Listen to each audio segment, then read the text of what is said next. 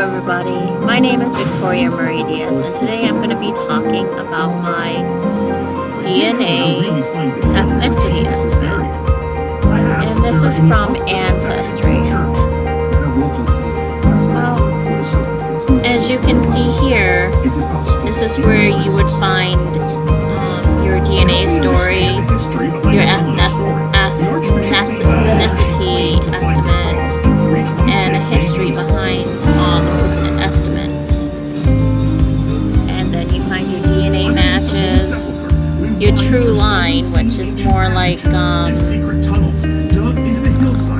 if you traced your family back, and other cousins or uncles and stuff did too. It starts to build up the tree, and you can find your grandparents all the way from your parents starting out all the way down to your fifth grandmother and grandfather. I found that quite interesting. And up here is your Ancestry DNA trait. And this is something new. I think I paid like an extra $9.99 for it, something like that. And it's more about like traits like does your family have thick facial hair, or are they going to be bald? Does your family have the tendency to get bald? Or do you have unibrows? Stuff like that. And they give like an estimate of what ethnicities would carry those traits and stuff like that. It's very informative and gives a lot of information. But here right now I am going into my ethnicity estimate. Here I go.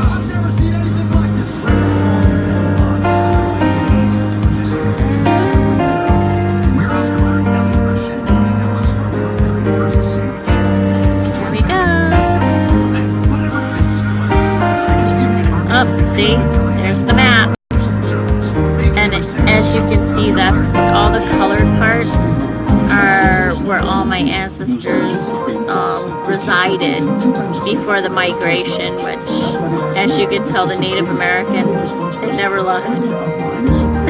They're still there. Maybe not 100%, but 100% Indian anymore, but they're still around the same areas that they were 100, 200, 300, maybe more years back, maybe 1,000 years back, who knows. But then you see my African DNA, which is down there, and then you see a lot of my European bunched up into different areas up there in different colors. Well, as you can see, my ethnicity estimate, it states right here that my highest is England, Wales, and Northwestern Europe, which I'm 51%. Which underneath it says Wales, Mid Wales, Southeast Wales, North Wales, Central, Southern England, and Midlands, England. And then my next highest is Native American, which I am 20%. And it says Native American from North, Central, and South, which is from around the areas of Nuevo Leon, Tamaulipas, and South Texas, the Rio Grande Valley, northeastern Mexico, and eastern Coahuila, and northern Nuevo Leon. So these are basically the areas where they resided around, which makes sense, because my family is still there today. And right here, it is 19% Spain, 4% France, 2% Ireland and Scotland, 1% 1% Sardinia, 1% European Jewish, 1% Cameroon, Congo, and South Bantu people, and Basque. Well, as you can see up here, the 51% of England, Wales, Northwestern Europe, I think most of that is my mother. 50% of that is my mom. Now, maybe like 1% of that is my dad, because in my Uncle Raoul's estimates, ethnicity estimates, he had like 1% England, Wales, Northwest Europe. So I'm sure like 1% of that's my dad. It's very low, but it's there. And then as you can see, it's from Wales, Mid Wales, Southeast Wales, North Wales, Central Southern England, and the Midlands England. And usually I got this because I traced my family back and made a family tree. See, I began with the England, Wales, and Europe to begin with. But when I was able to start putting my tree together, they kind of pinpointed exactly about where in England, Wales, see, underneath it. So basically you gotta do the work too, no matter how. Now the Native American, that's my dad. The Spanish, my dad. France, my dad. Irish and Scotland, I don't know, because my mom, I know my mom's family has a little bit, but my dad does too. And when I saw my Uncle Raoul's estimate, it also had 2% Irish in Scotland. So I'm not sure if this is probably from my dad. And there's the Sardinia, European Jewish, Cameroon, Congo, South Bantu people, and Basque is basically mostly my father. Yeah, for sure. And look, if you go and you click onto that, it gives you a whole entire history of the regions, and it gives you a range about, and it gives you the community, and as you can tell, you can see some of my family that share the same regions as I do, a lot of my cousins. And this is like from Wales, and then you see central southern England and the Midland in England. Well, let me try this. Let me click on it and see. You get like a history. Oops. Okay. Well, as you can see here, there's a timeline. Let me hit on 1750. As you can see, this is Wales, and they're still in Wales. There's no migration yet. 1800, still in Wales, no migration. But in 1825, the migration starts. And a lot of my ancestors were settled more in the areas of, what are they?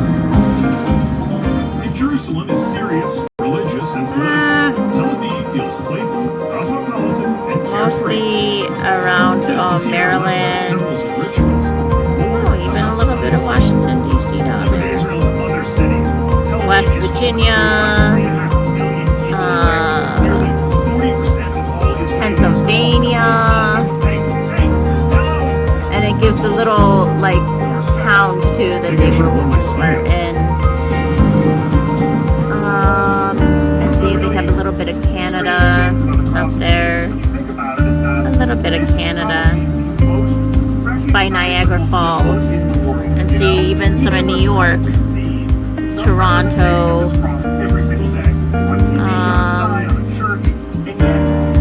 Ohio,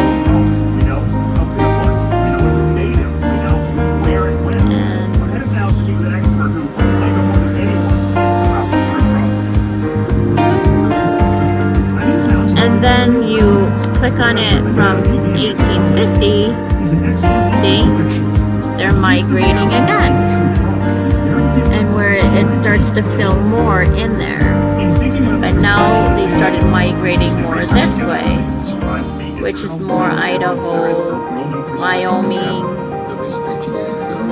places like that. And that was in 1850. 1875, migration again. See how it gets more and more like around New York, Pennsylvania, Virginia, West Virginia, Maryland, all around here. Canada, and see they started migrating even around here more. I think they followed family, but now in 1900s only a little started to migrate, and it was mostly around the New York or Pennsylvania area, places like that. And then in 1925, migration stopped until my mother. In 1975, my mother finally migrated to the States, married my father. And see, it gives like the Great Depression was going on. It gives you a history of, and a lot of them went through the Great Depression. So a lot of them migrated to the States, even though eventually even the States had a Great Depression also. So, no matter how, you have your pros and cons on the migration. Okay. Now,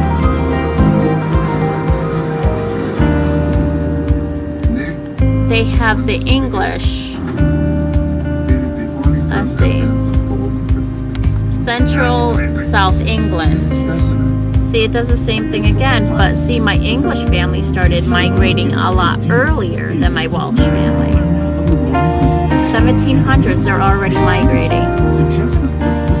And that was more around, I'm sure it's around New York, Maryland, or Delaware, somewhere around there. New Jersey. Pennsylvania, Connecticut, and Maryland. I got a little bit right. And maybe a little bit of New York, not too much. But, see, 1750, no migration. 1700s, there was a migration. It was a small migration, but it happened. And 1750, no migration. 1775, migration. And see, they migrated, I'm sure they followed some, more Canada. I'm sure that's Canada and some parts of New York. Yep.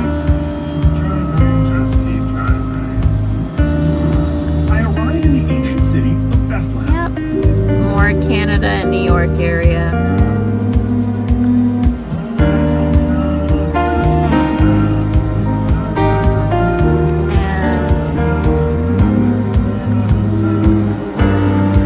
They also travel the other way, all the way, I think this is Australia.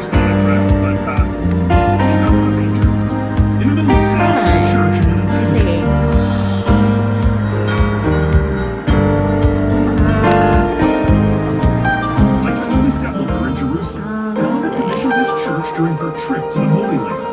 Yep.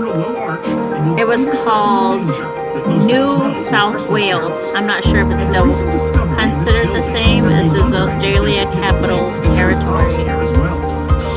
Makes sense. you can see, some people, there's some more right here that are, and right here, yep. And that was in 1775. In 1825, you can see some went to the States. It seems like a lot of the English families traveled, migrated more to Australia than they did to the States. It's mostly my Welsh family that moved mostly to the States. I find that pretty interesting because I thought it would be the opposite way around, but And as you can see, the migration, I think that's more, let's see, Connecticut. Makes sense. And what was this one? See, because they're going more Australia, and now there's 2 lines going down there. Let's check it out. See? Let's see what this is.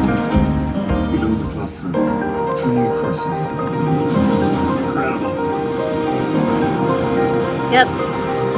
Australia and Tasmania. Interesting. I think Tasmania is still part of Australia, but it's just a little island off of Australia. But still, it's an island within itself, I guess. But still part of Australia, if I'm not mistaken. But see where they settled more New South Wales, which the capital was Australian territory. And then a bunch started going to Tasmania. I wonder if my family's still there and don't know it today. Yep, see, I think most of my English family went to Australia than the States. And see right here, in 1875, you can see them, I think they probably followed family. It wouldn't surprise me. That's what most people would go for. Connecticut, yeah. They would probably earn money so they can bring the rest of their families over with them. Makes sense. And see, you go down here. Now there's 3 lines going to Australia. And let's see, what does that state? So they're settling in different parts of Australia now. Yeah. Right here. Oh, even in Victoria. Now they had some here, some family settling here, some settled up here. Wow. Okay, and in 1925, no one's immigrating. Like I said, the last family member that I know to migrate later than 1925 was my mother in 1975. But of course they're talking about ancestors back when. So all this makes sense, and after that no one's migrating. They just stay in Wales. Like, my family's still in Wales. And not just Wales, but in England. And with family history, makes sense.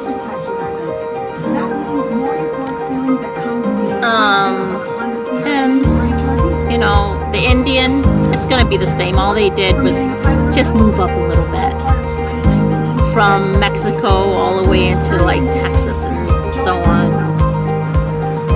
But as you can see, when you trace your family back and they have like where they were at that time on that documentation, they're able to physically pinpoint, and they put it underneath. See, they got it right, because the Native American North, Central, and South, that's all they had when I got it. And then up there was just the Wales and that. And because I traced my family back, I got the rest of the other areas where they were residing at the time around that area. I found that quite interesting. Which I haven't got it for Spain in that yet, because I got a lot more to do and a lot more research so I could gain that information. But that's when you start to gain your timeline for your family's migration. And, well, show you guys something else. Here, teenage summary.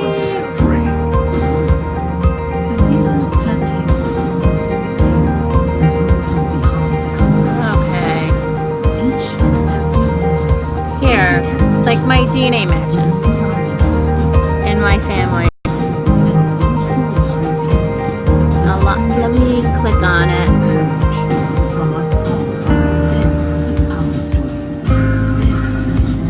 Okay.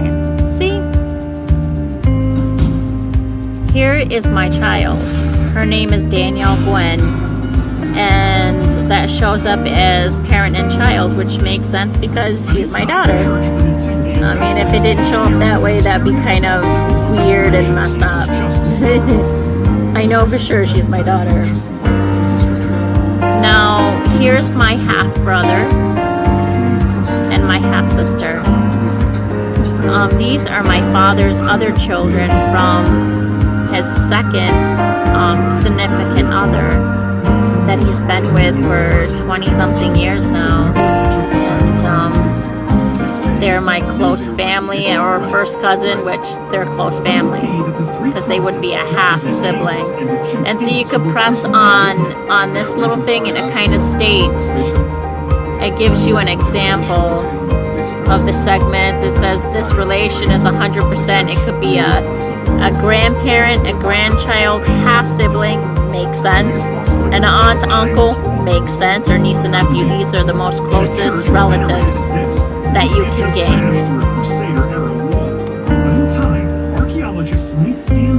And let me go on to my uncles just to give you an idea. See, you can also keep all your stuff private, which my uncle has done, but he's let certain information out, not too much. So, but you can always ask a family member or someone that shares a family member about information about them if you're finding something, and sometimes they're willing to give that information to you so you can build your tree by his ethnicity. See, like I was talking about before, I'm 51 and he's like 1%. See, I'm 20% native, he's 36%, and then I'm 19% Spain and he's 38%. We share 4% each of France, 2% of Ireland and Scotland that we have similar, but the European Jewish, I only have 1%, he's got 3%. I have 1% Basquez, he has 2%. We both share Cameroon, Congo, but we only have 1%. But see, I have something he doesn't have. If you notice in the ones that aren't highlighted, I have 1% Sardinia, he doesn't. And he's got Portugal, which is 10%, 2% Italy, and North Africa, 1%, which totally makes sense. Because when I trace our family back to our African and our mulatto ancestry, it goes into more than just Cameroon, Congo, and South Bantu people. It goes into North Africa and even Mali. So maybe my dad picked up something else that my uncle doesn't have. It's amazing what you find out when you can trace your family back. A lot of information. Let me see. There's something else that's very interesting too. See, and there's your timeline that you can, let me click on it so I can give you guys an idea. Explore true timeline. See, as you can see at the top, that's my parents, that's my dad, that is my mother. And then you got your grandparents, Raul Rivera, Ophelia Emilio Ochoa, John Henry Jack Barry, and Eleanor Marion Waters. And then see, it goes down to great-grandparents, and that would be Miguel Rivera Trevino, Marian Juanita Garza, and then you got Jose Isabel Mercado Ochoa, and Theodora Morales. Then there's my European. I got my William George Barry and Sarah Saunders, late Barry, but she was married twice. And you got David John Waters and Sarah Ann Lewis. And then it goes down, and you got I got my European family, my Spanish family. It's amazing how. When the emperor visited the horse races or the cathedral, no one ever spotted him arriving. And you look down, there is Three important buildings by way of secret underground passages. see, there's ones that are green, and the ones that are green are the ones that keep their tree private, so you really have to ask those people for that information, and they're willing to give it to you if you really ask them, and you're trying to build your tree and you really want to know. A lot of them are nice enough to do that. See, it says private. That means we share an ancestor in those areas. But see that it goes all the way down to your 5th great grandparents, which, as you see, Juan Antonio D. Trevino Ortiz. And it goes, there's my Spanish, yeah. My Spanish. And my Spanish. My Spanish. Spanish. And then see, when it hits the green, it goes European. There's my mom's family. There's my European family. And it goes all the way down to your 5th. I always found that pretty interesting. And up here, hold up. There is your Ancestry DNA traits, which, let's go on there and give an idea. See? And it goes, appearance. Do you have a gene for curly or straight hair, blue or brown eyes? See what the DNA has to say. See, and it says facial hair. Let's see. If we click on facial hair, let's see what happens. See, it gives facial, and it gives you genetics and other factors, known factors, genetics, other factors, and unknown genetics. See, and it says science says, and it says passing it on. Because sometimes it's passed on, and sometimes it misses somebody, and it just passes on to another generation down, or skips a generation. Not everybody gets the same. And it says, did you know that males and females have roughly the same number of facial? Wow. I didn't know that. But let's see. So that just gives you like a history, see, of your, see, it says thicker or less thicker facial hair tends to run in your family, which it does. But other things besides genes can influence it too. So there could be many things that can influence certain things like that. So it's like being honest with you, with all the, see, and there's like all sorts of things you can look up on there about your facial, birth weight, wisdom teeth, you know, if you have a cleft chin,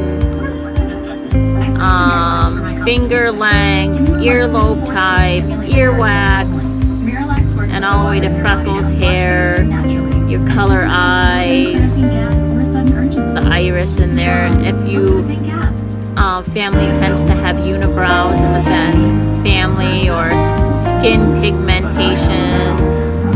There's a lot of information. Now, up here,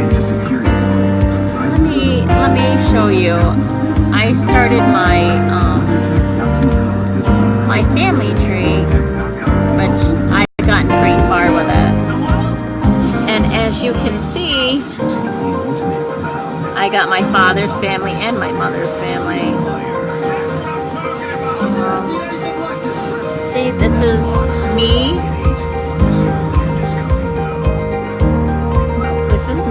This is me, my husband, and this was my first. And as you can see, these are my children, and that's my grandson. And this is my son that didn't have a chance of life. But these are my siblings. These are my half-siblings. These three. And this would be from my dad and Debbie Clark. Now, from my mom, as you notice, there's me, my sister Veronica. But see, my mom had other children too with other people, which this is an unknown father. I don't know whose father was, but he came from a different dad. And then she was married to Roger first and had 2 other children, which is Brian and Amanda. And you can see her husband and her children. But then it goes into, it goes off into their family, like brothers. And then there's the mother, my dad's mom, Raul, and his brothers and his sisters, and Mary and their married spouses. And there's my mom's family, and you can see The question is, how deep is that water? my mom's father and mother, and these are her siblings, which is William J. Berry,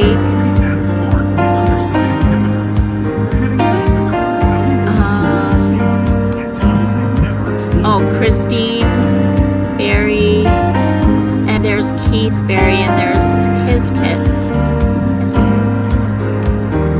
And then I was able to trace, as you can see, I have my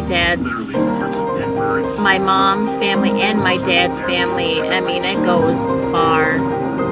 I was able to trace a lot of their family back to at least the 12th century already. And I've got a lot of information. I really hope that you liked this video, and you can subscribe below, and I will have some other links below there to give you more information where to find this information. So maybe you might want to take a DNA test too. Really think about it, especially if you're the kind of person that wants to know about your family history, or you want to know where a certain trait comes from because you're wondering, wow, how come I'm not like my mom? I'm not like my dad. Where did I get this from? This is a nice thing to try to figure it out. Well, thank you for your time, and hopefully you will subscribe below, and I'll put some other information below there. Thank you so much.